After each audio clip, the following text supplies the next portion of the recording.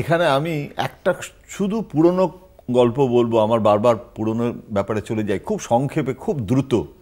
সেটাতে যখন রাম মন্দির রথযাত্রা লালকৃষ্ণ আডবাণী করেছিলেন, তখন পশ্চিমবঙ্গে বিভিন্ন রাজ্যে তার যে ইম্প্যাক্ট হয়েছিল, এমনকি বিহারে তো গ্রেপ্তার বরণ করলেন, কিন্তু পশ্চিমবঙ্গে সেই রাম ফ্যাক্টর কিছুতেই কাজ করলো না।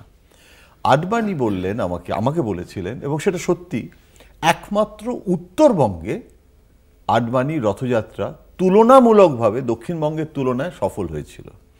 এবং যখন বিজেপি নেতাদের ডেকে আনার তখন পরম্পরা যখন শুরু হয়েছিল বাজপেয়ী আডবাণীর সময়, তখনও কিন্তু উত্তরবঙ্গে সেই রাহুল সিনহাই হোক আর তপন শিকদার হোক, এমনকি নির্বাচনে প্রার্থী হবার জন্য দক্ষিণবঙ্গের বিজেপি নেতারা উত্তরবঙ্গতে যেতে চাইতো। কেন?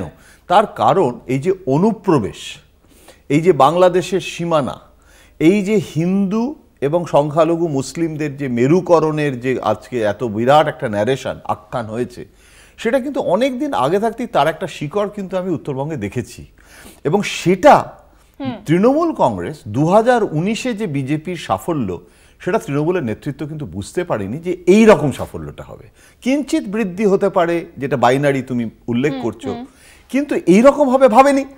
এখন মমতা বন্দ্যোপাধ্যায় সচেতনভাবে সেটাকে নিউট্রালাইজ করার চেষ্টা করছেন।